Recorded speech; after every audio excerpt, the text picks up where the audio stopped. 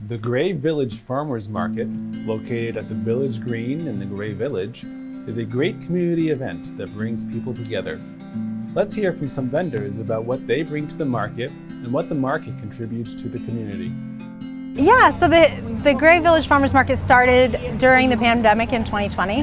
It started that summer in July as a way to help people stay in community during lockdown and to also establish an awareness of the local food system, because we do have a lot of farms in Gray and in the surrounding towns, and 3 farms decided we would do it, and we've been doing it ever since. This is our 4th year. Well, live baby goats are a big hit. People love the baby goats, and they're mowing down some clover over here in the park today. And we've got a wonderful array of vegetables that are seasonal. And we've got a local microgreens grower this year that we're pretty excited about. And and the 4-H program does their fundraiser here. Week after week, you can always get some tasty baked goods for a donation to the Pantry Project. Okay, so Rachel Lynn's hand pies are made every Sunday, fresh. I have savory and sweet flavor. And when they're gone, so get here early. So I started Rachel Lynn's hand pies when we started the market because we needed stuff to have at the market, and I was watching a lot of the British baking show at the time. So I am inspired by local seasonal foods. So wild mushroom roasted garlic chev is one of my favorites. I use 10 Apple Farm chev. I use local garlic and locally foraged mushrooms. And so that one feels like a really good celebration of local. And when the cherries come on the trees in Maine, when they come, those are a great ham pie. We use local peaches for our salted peach, blueberries. They come to market fresh, so you can eat them right here at the market. But if you do take them home, as some people do, then if you put them in the fridge, just take them, put them in the toaster oven or in the regular oven for 5 to 8 minutes on 350, and they'll crisp back up. Hand pies are really versatile. We were just talking about it. They are breakfast, lunch, or dinner, or a snack. They really, you can eat them on a summit. Somebody's taking them to the movies today. I feel like they're ancestral food. So for me to find a crab apple rosemary recipe for a ham pie feels like something that my ancestors, who I never met, might have been eating. I'm Liam Gilmore, got Gilmore Microgreens. So microgreens are awesome because they pack in tons of nutrition for their size. You take the same seeds, like this one's broccoli, as you would grow for a full head. And the little guys will have 4 to 40 times the nutrition going on. So really great to just add into salad, sandwiches, anything for a good little nutritional boost. Places topping things with them. I like folding it into like some of the spicy ones, like a mac and cheese. You can fold in some mustard microgreens right at the end, get a little texture, a little spicy bite, and a lot more nutrition going on there. I'll have salad mix, really easy to put all over. Broccoli, it's kind of touted for the high nutrition. And then stuff like cabbage, mustard, get a little more flavor going on. Peas is a really popular one. They're kind of tenderly long. I don't have any today, but we rotate and kind of grow different things every week. Showcase all the different varieties. Yeah, they taste a lot like the similar stuff, or just kind of a neutral lettuce. A lot of the different greens will be kind of your standard lettuce flavor. Mustard has that wasabi kick. It's concentrated flavors when it's so small, so it's really strong. A little bit will go a long way. Radish, same, has that peppery bite right at the end. It kind of hits you. And yeah, it's stuff like the carrot. Definitely tastes like carrot, dill. Really strong and potent in the kind of younger form. I've always kind of lived in bigger cities and stuff, and gardening was always like a balcony effort at best. So being able to grow something in that urban kind of setting, we do all this indoors controlled. So that was interesting, just kind of the gardening in a controlled environment. And I've always been bad at eating salad, greens myself. So a little bit goes a long way.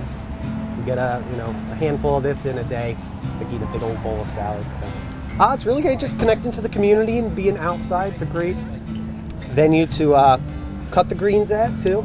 I like having everything right at hand, cut it down fresh. It's been really great. And yeah, just getting to check out Gray because we're new to town, so meeting a lot of folks. We started this project to let the people of Gray, who are the clients of the food pantry, get well-raised meat. Our project raises money and then buys 4-H animals at auction. All the meat is donated to the food pantry. Every year we apply for grants, and we also have a booth at the farmers market collecting donations and selling baked goods. Our club is primarily high school students in Gray who also belong to other 4-H clubs, also younger members too. In 4-H, we learn a lot about like how important the community is and like community service and stuff. And you also you learn about like taking care of animals if you're doing animals, or you can learn new skills and such, and all that good stuff that you need in life.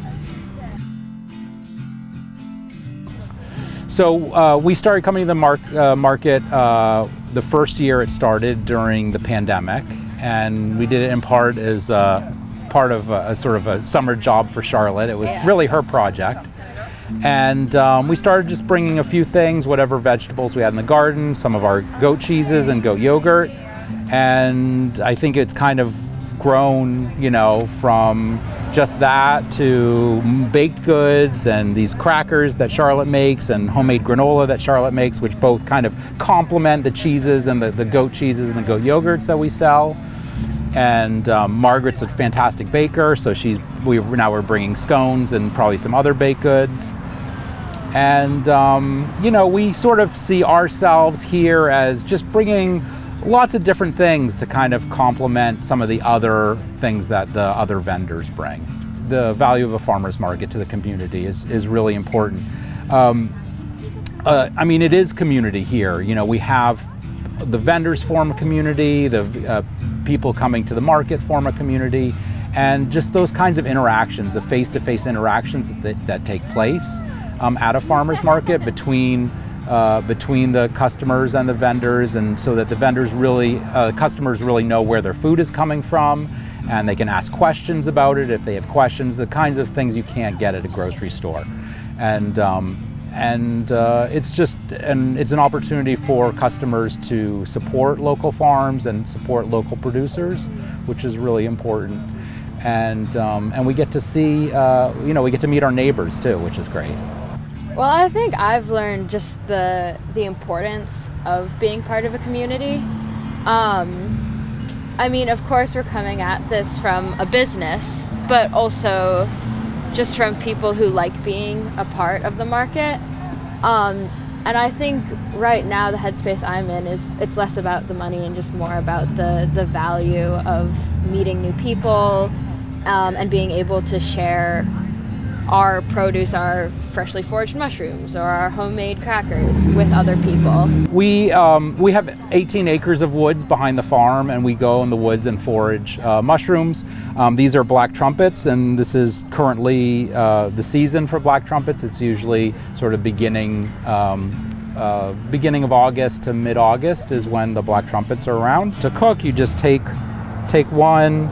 You kind of want to split it open a little bit because there might be some pine needles or some moss or something that on the inside that it catches as it grows up out of the ground, and so you just kind of clean that out, trim off the bottoms, and then just saute with some butter, some white wine, some herbs. Hi, I'm Mary Weir. I am with Pleasant Valley Acres in Cumberland, and I'm a two-generation farm. This is a Savoy cabbage. This is what it looks like before I have to peel all these leaves off, so I just thought it just looked very pretty to bring. Yeah. I raise organic vegetables, mostly peppers, tomatoes. I grow herbs, the common herbs that people use, like I get dill, some Greek oregano,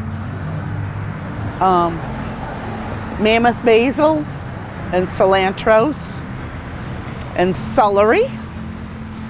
I also grow broccoli, string beans, and sometimes I have some like blackberries and raspberries here. It's a very short season, so. My name is Muhyiddin Liba. I'm with Hassan Mohammed, a farmer, and we are attending Gray Farmers Market. We have 3 different kind of tomatoes. We have cherry tomatoes here, we have paste tomatoes, and 1 pint of heirloom. Some of them you can only like eat it fresh, some of them you can cook it, you can boil it, you can saute it, and cherry tomatoes is kind of both. You can cook it and you can also eat it. Yeah, these are spring onions or shallot. So yeah, it's not as, it will not make your eyes teary, and it's not as the other onions. So it's really good and mild and sweet. Farmers market is a great way a farmer can communicate to the people who are buying the produce. It's a good opportunity to explain some of the veggies, because some people will know and like a veggie and they don't know how to use it. So the difference of wholesale account and a farmers market is that the farmer can explain what to do with it, and then the person who purchased the produce can go and maybe play with it a little bit more. So many times we give the person an idea of how to cook it, and then they come back with a different idea. Well, I did not boil it, I sauteed. I did not boil it, I grilled it. So it was so good. So yeah, the beginning of the farmers markets, like June, July, the thing that's so hot is the greens. Yeah, the beets, there are 2 ways of beets. There's the thing that's under the roots, yeah, the roots and the leaves. You can saute the leaves, and the roots you can do whatever you want to do with beets. I like when it's been sauteed, but other people can do many different ways. Yeah, it's always just an idea. For the carrots, many people will ask us to chop these parts off. For the most part, you can. Some people are so clever to saute it. Some people will just chop it off and throw it away. Some people will feed it to bunnies at home, goats or anything, any animal. But most people will not use the leaves. Only people who are really expert in cooking. We have our own compost, and we are trying to make our own. We are trying to make our own manure. So we have goats, chicken, and leaves coming in. So it's always a lot of things going into the compost. And now we have the tractor to mix it up. So it's cooking right now. We are not like self-sufficient when it comes to compost, but in the next 2-3 years, we're going to be having our own compost going. And you see the energy, like every time you scoop it, you will see a lot of hot smoke coming out of the scoop. That is the energy, that you air it out and you boil it down, because everything that's under is cooked and ready to go. So the things that are leaves and cardboard and bones, you just put it into the under so that you replace it, and then they will cook it in their turn, and then you replace it. You know, usually people will just put things on the top. The idea of mixing is bringing those to the top, to the bottom, so that it's cooked. It adds a lot of nutrients to the soil, and we always depend on soil amendments. We always amend our soil so that it's healthy, so that it grows really good. Because when you grow something in the soil, it takes a lot of nutrients from the soil. So to replace that, so that the soil can be rich, fertile, you have to add some compost to it. The Gray Farmers Market is every Sunday from 10 a.m. to 1 p.m. from July to October. If you are interested in joining the farmers market, please visit grayvillagefarmersmarket.com to learn more about the market and view a membership application.